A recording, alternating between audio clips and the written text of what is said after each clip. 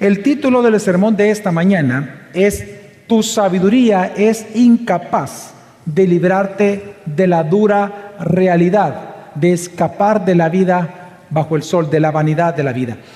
Y el texto que vamos a utilizar hoy en esta mañana, que corresponde a esta serie, es el capítulo 2 de Eclesiastés, del versículo 12 al versículo 17. La semana pasada nos quedamos en el versículo 11, hoy del 12 al 17. Pero quiero leer, para comenzar y poner en contexto lo que vamos a hablar, leer únicamente el versículo 15. Así que Eclesiastés 2:15 dice: Entonces me dije, como la suerte del necio, así también será la mía. ¿Para qué pues me aprovecha haber sido tan sabio? Y me dije, también esto es vanidad.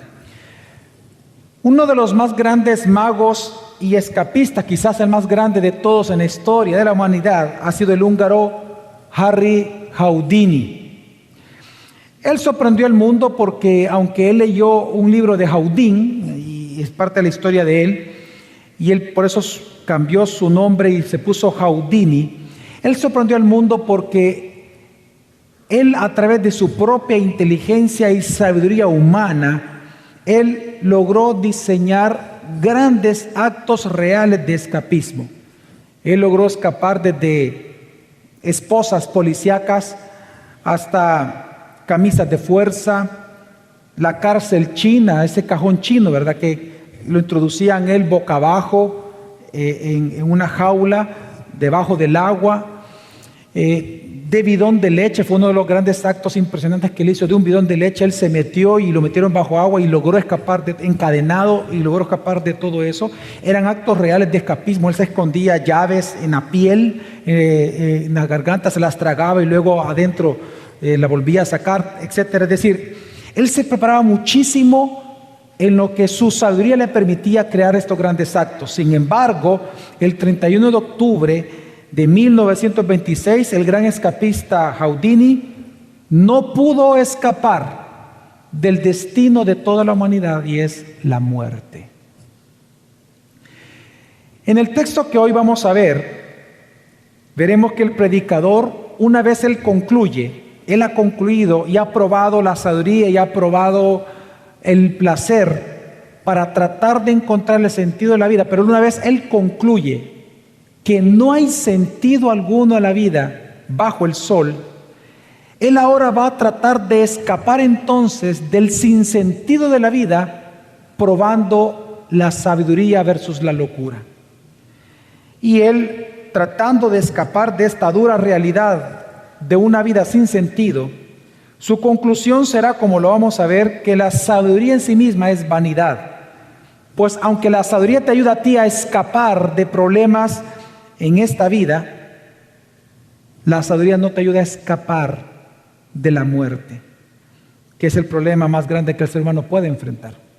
Por lo tanto, él va a terminar diciendo que el resultado de no poder escapar de la muerte y de no escapar del sufrimiento de una vida sin sentido, te va a llevar a odiar la vida misma. Y este texto lo desarrolla en 4 puntos principales muy claros en el texto. Él habla del objeto de su prueba, que en este caso va a ser la sabiduría. En número 2, él va a hablar de lo que él observa, es como un método científico lo que vemos ahí. Luego él va a hablar de su conclusión, cuál es la conclusión de su experimento. Y número 4, lo que resulta de una vida sin sentido, de la cual no puedes escapar con sabiduría. Así que, en base a esto, hermano, mi intención en esta mañana es tratar de convencerte de que tu sabiduría humana no es capaz de librarte del sinsentido de la vida y del odio que ésta produce, sino que lo que te ayuda a escapar del sinsentido de la vida es Jesucristo. Amén, hermanos. Vámonos al primer punto y le invito a que me acompañe a Eclesiastés capítulo 2, versículo 12. Y quiero que veamos primero el objeto de prueba del predicador. Una de las cosas que vamos a observar es que el predicador, hermano, una vez él acepta que la vida bajo el sol no tiene ningún sentido, ahora entonces, como no dándose por vencido, él va a buscar ahora escapar de ese sinsentido de la vida probando la sabiduría o probando el valor de la sabiduría versus la locura humana. Vamos a leer el versículo, dice: yo volví pues a considerar la sabiduría, la locura y la insensatez.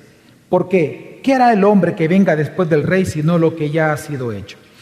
Ok, cuando él dice yo volví pues a considerar la sabiduría, es que recordemos que él ya ha hablado de la sabiduría. ¿Se recuerdan, hermanos? Solo que el uso de la sabiduría que él va a dar aquí, o la prueba que él va a hacer ahora, es distinta a la primera. Quiero recordarle.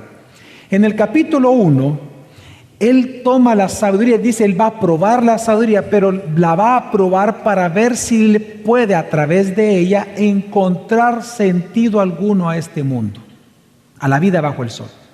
Y su conclusión es que no hay sentido alguno y que la sabiduría no te ayuda para encontrar sentido en la vida.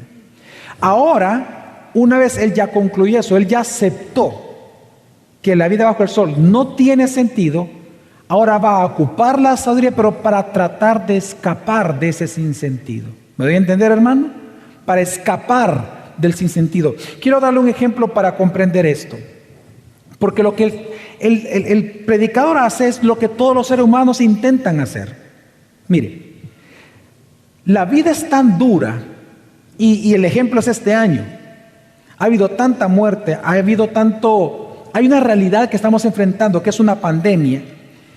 Hay tanto desempleo, hay tanto dolor en este mundo, ha habido tanta pérdida, hay tanta frustración porque tal vez no logras lo que quieres, porque tal vez tu matrimonio no es lo que era, porque tal vez no ganas lo que tú querías ganar financieramente, o no tienes empleo, es decir, o tal vez estás enfrentando una enfermedad de muerte, tal vez tienes algún cáncer, o algún familiar tuyo tiene cáncer. Es decir, la vida es tan dura y se sufre tanto bajo el sol, que el ser humano siempre intenta escapar de esa realidad para hacer descansar su alma.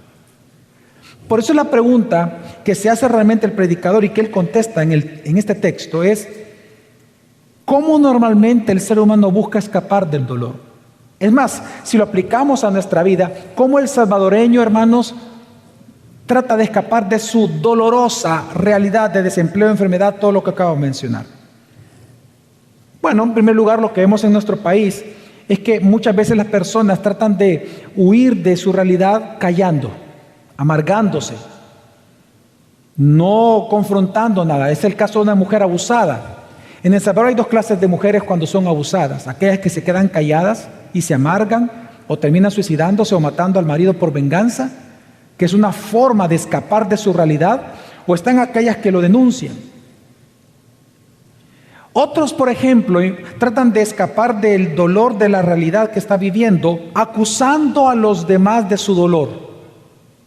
Otros lo que hacen es justificándose. Yo no soy feliz contigo, así que divorciémonos. Es decir, se está justificando su amargura en que el otro no lo hace feliz, por lo tanto hay una ruptura. Eso se llama justificarse a sí mismo. Otros ocupan su sabiduría, porque todo lo que estoy hablando son productos de lo que el ser humano imagina cómo escapar del sufrimiento humano, del sufrimiento de la vida.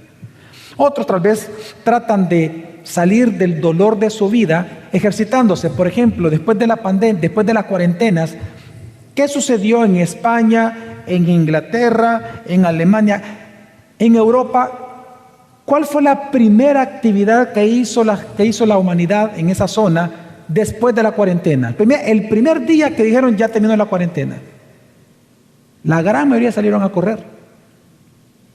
Porque es una forma, bajo la sabiduría de este mundo, es ocupar la sabiduría para tratar de escapar de la dura realidad de la pandemia. Es querer volver a sentirse normales. Otras personas, por ejemplo, ocupan la música. Es su vía de escape, ¿verdad? Es su momento, dicen ellos. Otros son los placeres. Otros ocupan el trabajo. Otros van de compras. Muchas mujeres y hombres lo que hacen es comprar productos para sentir, por lo menos para sentir que algo tienen ante el sufrimiento tan duro de la vida. Otros prueban la locura. Por ejemplo, toman venganza. Tú me estás haciendo sufrir. Ok, yo te voy a hacer sufrir a ti. Venganza. Otros se amargan. Es decir, Si nos damos cuenta, hermanos, la humanidad entera prueba todo lo que se le ocurra, ya sea sabio, ya sea loco, para escapar del sinsentido de la vida. La gran pregunta es, ¿funciona? El tratar de escapar con tu sabiduría del dolor de la vida, ¿funciona, hermanos? Veamos qué es lo que respondió el predicador. Él observa que como escape, la sabiduría siempre va a ser mejor que la locura. Porque el sabio, estoy hablando de la sabiduría bajo este mundo, el sabio va a poder escapar de sufrimientos innecesarios, mientras que el tonto, el insensato, el loco, por sus mismas locuras, va a agregar más sufrimiento al que en la misma sociedad va a encontrar y no va a poder escapar de ello. Esto lo dice en el versículo 13 y 14. Leamos primero el 13. Dice: y yo vi que la sabiduría sobrepasa la insensatez, como la luz de las tinieblas. Lo que él está diciendo es que la sabiduría es mejor, ofrece una mejor ventaja que la locura. Aquí lo que está pasando es que el predicador, hermanos, está comparando al tonto, al insensato, como una persona ciega, como alguien que, estando ciego, él sabe que él puede tropezar en cualquier momento, pero el que sepa que puede tropezar no le evita el tropiezo porque él no puede ver los obstáculos. Así es el insensato, así es el tonto. Sabe que puede tropezar, pero su poca sabiduría no le evita que tropiece porque no puede ver. Mientras que el sabio, la ventaja que tiene sobre el tonto es que el sabio, él sí puede ver los obstáculos, puede sortearlos, por lo tanto puede evitar caer en ellos. Ahora, por eso luego de decir esto el predicador, si usted me acompaña, el versículo 14, él pone un proverbio. Y el proverbio en la primera parte del 14 dice, el proverbio dice: el sabio tiene ojos en su cabeza, mas el necio anda en tinieblas. ¿Qué significa? Una vez más, lo que este proverbio significa es que la sabiduría humana sí te permite entender lo que tú haces. La sabiduría humana sí te permite entender hacia dónde tú te diriges. La sabiduría humana te permite de alguna manera, por ejemplo, a convivir con los demás, a llevarte bien con la gente. En este mundo la sabiduría humana es lo que te permite. La sabiduría humana, por ejemplo, te permite tener éxito. ¿O no has visto personas exitosas bajo este mundo? ¿No has visto gente exitosa? ¿O no conoces gente que ha tenido éxito bajo el concepto del mundo? Claro que sí. Eso te permite la sabiduría humana. La sabiduría humana te permite tener éxito, salir adelante en la vida cuando hay problemas. Algo que la insensatez no lo va a lograr. Por ejemplo, pongámosle ya algunos ejemplos de lo que estamos hablando. Actualmente hay desempleo en el mundo y en El Salvador no es la excepción, hay desempleo. Veamos la diferencia entre un sabio y un tonto ante el desempleo. El sabio va a ocupar su ingenio para llevar pan a la casa. El tonto va a hacer tonterías para tratar de llevar pan a la casa. ¿Cómo qué? Como robar, como mentir. El sabio no. El sabio se va a reinventar, decimos. Así que el tonto va a terminar peor de cómo está. El sabio va a terminar mejor de cómo está. Veamos una vez más la diferencia. El sabio cuida lo que come, cuida su salud, más en tiempos de COVID, cuida su salud. El tonto le vale, come lo que quiera. Ahí pasa comprando chorizos, butifarras, hamburguesas, pizza todos los días. No le importa su salud. No piensa en eso, porque es tonto. Veamos otro ejemplo. Ante el sufrimiento, el sabio, cuando sufre y es atacado, el que es sabio no se enfoca en la gente, se enfoca en lo que es importante en su vida. El tonto no. El tonto se enfoca en su ira, se enfoca en la venganza, se victimiza, se amarga o se deprime. Entonces, ¿ve usted la diferencia? Entonces, ¿qué es lo que está haciendo el predicador? El predicador lo que dice es que siempre, bajo el sol, en esta vida sin Dios, siempre es mejor ser sabio que ser tonto. Pero la sabiduría humana tiene un problema. Te puede dar ventaja, pero nunca te va a ayudar a escapar de la muerte. Y por eso ser sabio en este mundo es vanidad. Porque lo que el predicador va a llegar a decir es: ¿de qué me sirve a mí que la sabiduría me saque de todos los problemas posibles de la vida si el mayor problema de todos, que es la muerte, no me la evita? Por eso es que el versículo 14, después de decir el proverbio, el sabio tiene ojo en su cabeza, mas el necio anda en tinieblas, termina diciendo: pero yo sé también que ambos corren la misma suerte, tanto el sabio como el tonto no pueden evitar morir. Y esto entonces lleva al siguiente punto. ¿Cuál es la conclusión entonces del predicador ante esta dura realidad? El predicador va a llegar a decir que aunque él observa que siempre hay más ventaja en ser sabio que ser tonto, él concluye que ser sabio en esta vida es vanidad, es inútil, pues te puede ayudar a escapar de ciertos problemas en la vida, pero no te va a ayudar a escapar del mayor de todos, que es el día de tu muerte. Y vas a enfrentar a Dios. Esto lo vemos del versículo 15 al 16, dice así la Escritura, dice el predicador. Entonces me dije, esa entonces es la conclusión: como la suerte del necio, así también será la mía. ¿Para qué pues me aprovecha? Es decir, ¿qué gano yo? Esa es la palabra, ¿qué gano? Con haber sido tan sabio. Y me dije, también esto es vanidad. Ahora, ¿por qué él define que ser sabio es vanidad? ¿Por qué él llega a decir que ser sabio en este mundo no te da ninguna ganancia? ¿Qué es lo que él busca ganar? Él dice, versículo 16, ¿qué es lo que no le da la sabiduría? Porque no hay memoria duradera ni del sabio ni del necio, ya que todos serán olvidados en los días venideros, como mueren tanto el sabio como el necio. Dos cosas la sabiduría, nota el predicador, no le da al ser humano. No te evita morir y no evita que tú seas olvidado. Ahora, ¿por qué para el predicador estas dos cosas son importantes? Bueno, porque no vamos a negar, hermanos, que para la sabiduría de este mundo lo es todo. Por lo tanto, el sabio de este mundo siempre quiere inmortalizar ya sea su nombre, sus ideas o a él mismo. Dígame, ¿qué sabio bajo la perspectiva del mundo, qué sabio secular ha querido morir? Mencióneme uno que quiso morir. Que quiso morir porque ve algo bueno en la muerte, a eso me refiero.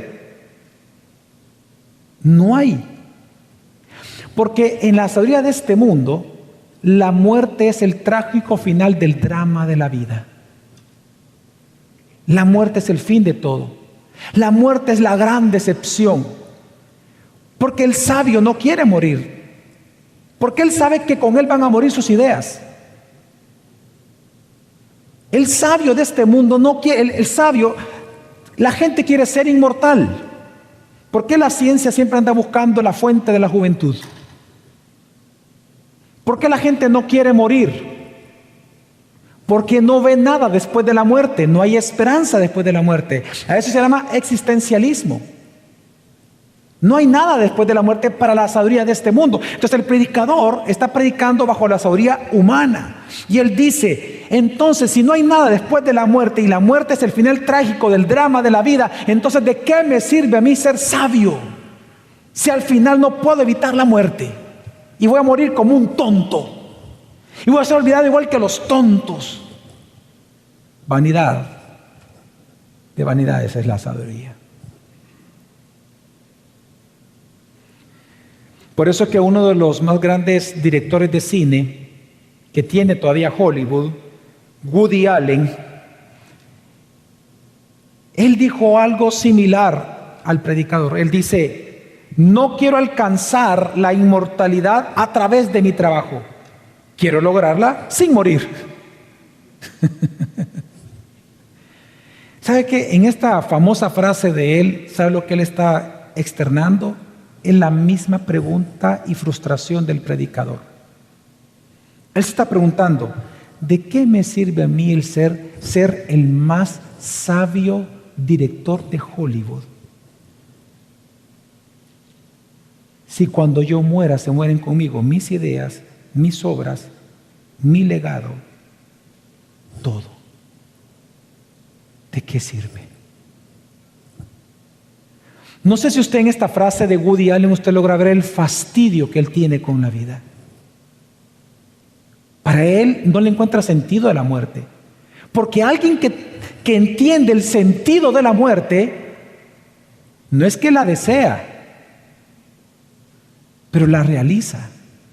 Porque sabe que hay algo mejor después de la muerte. Pero el sabio de este mundo no.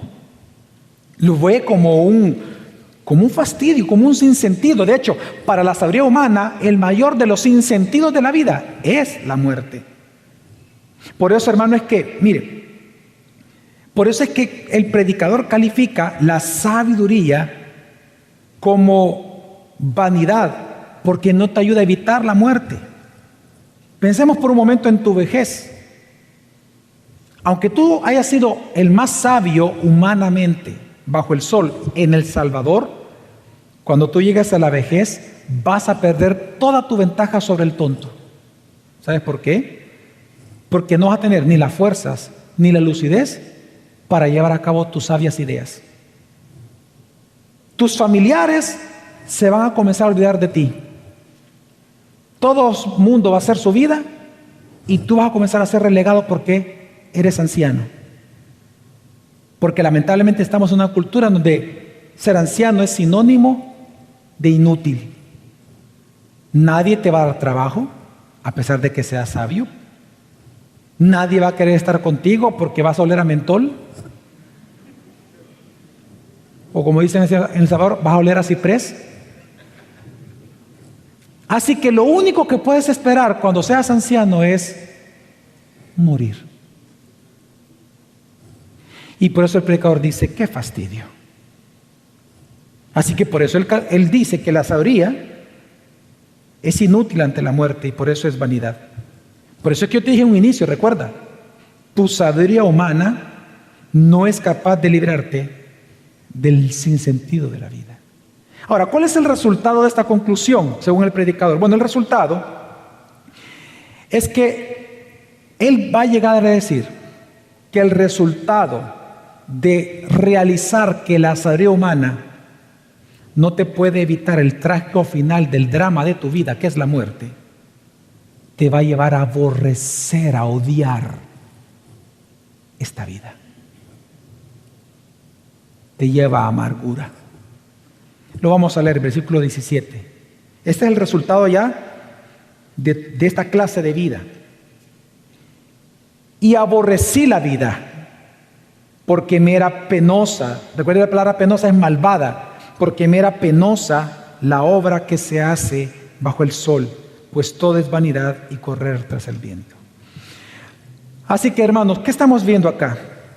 Estamos viendo el trágico final de un sabio cuando ve que no puede evitar la muerte, porque para él el mundo lo es todo.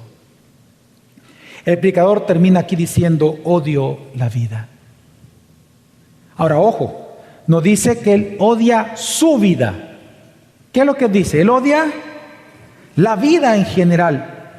Lo que él está diciendo es que él odia que con toda su sabiduría él no puede escapar de todo cuanto sucede bajo el sol. Él no puede escapar de la injusticia. Él no puede escapar de que el mundo siga corrompiéndose. Él no puede escapar del sufrimiento. No puede escapar de las enfermedades. No puede escapar de la vejez. No puede escapar en el sentido que no puede evitar que haya pobreza en el mundo. No va a evitar el abuso de los poderosos. No puede evitar la muerte. Como también Aún con toda tu sabiduría, no puedes evitar el vicio si tú tienes algún vicio. No puedes evitarlo con tu sabiduría. No puedes evitar pecar con tu sabiduría. Así que el resultado de la vida sin Dios es odiar la vida misma, odiar los sufrimientos que hay dentro de la vida, odiar el final de la vida, que es la muerte, porque de los tres no puedes escapar. Por eso es que encontramos que en los grandes sabios que ha tenido la humanidad, todos han terminado amargados. Y quiero citar a aquel que se considera el más grande representante de la ilustración francesa, es decir, el momento en el cual en el mundo le llamó renacimiento y que le dio la mayor ponderancia o preeminencia a la razón humana. Y me refiero a Voltaire, este dramaturgo, este historiador, este filósofo, escritor. Voltaire, con toda su sabiduría, uno de los hombres más sabios que se ha tenido sobre la faz de la tierra, pero también de los que más persiguió la iglesia. Voltaire dijo: odio la vida, y sin embargo tengo miedo de morir.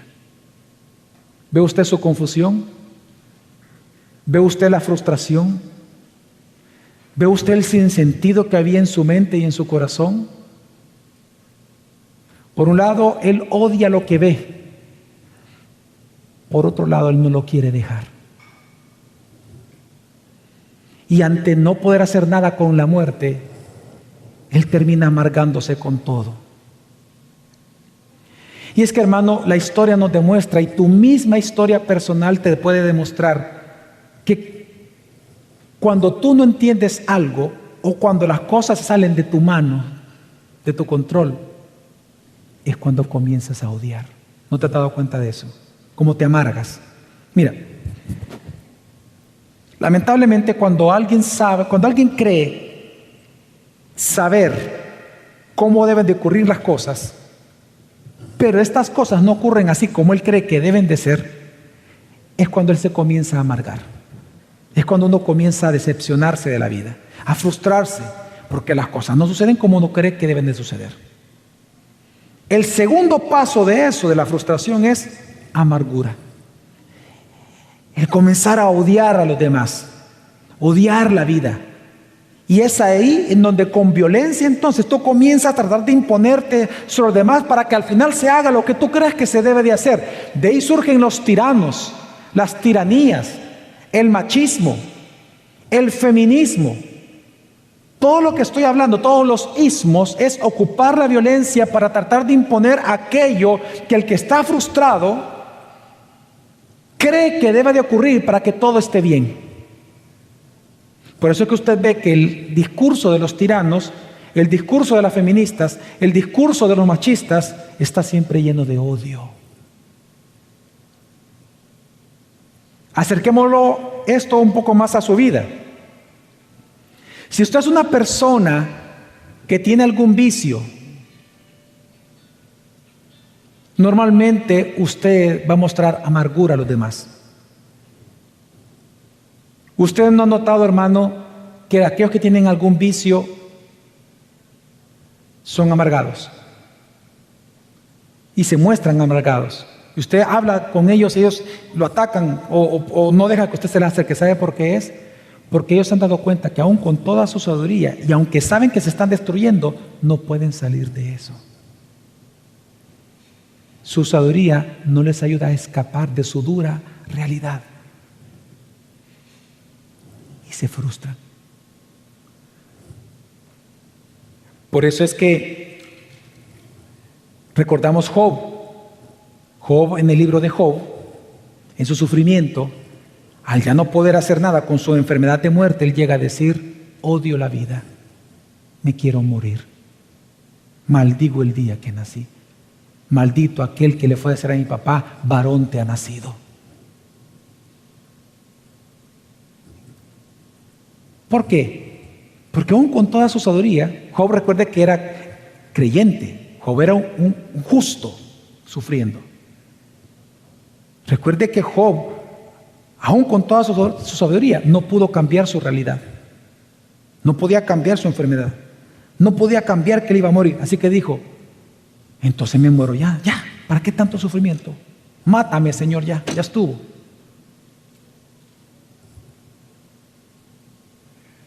Por eso Santiago dice que las obras malas son producto, Santiago 3 dice que las obras malas son producto de una sabiduría que es animal, terrenal y diabólica.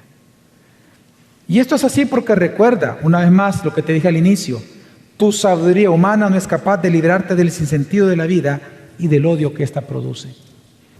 Pero entonces la pregunta es, para ir concluyendo, si la sabiduría humana, hermanos, no es capaz de librarte del sinsentido de la vida, si tu sabiduría humana no te permite librarte del odio y la frustración que recibes en esta vida, la pregunta es, ¿hay algo que sí lo pueda hacer? ¿Hay algo que te pueda librar del sinsentido de la vida? Y la respuesta sí.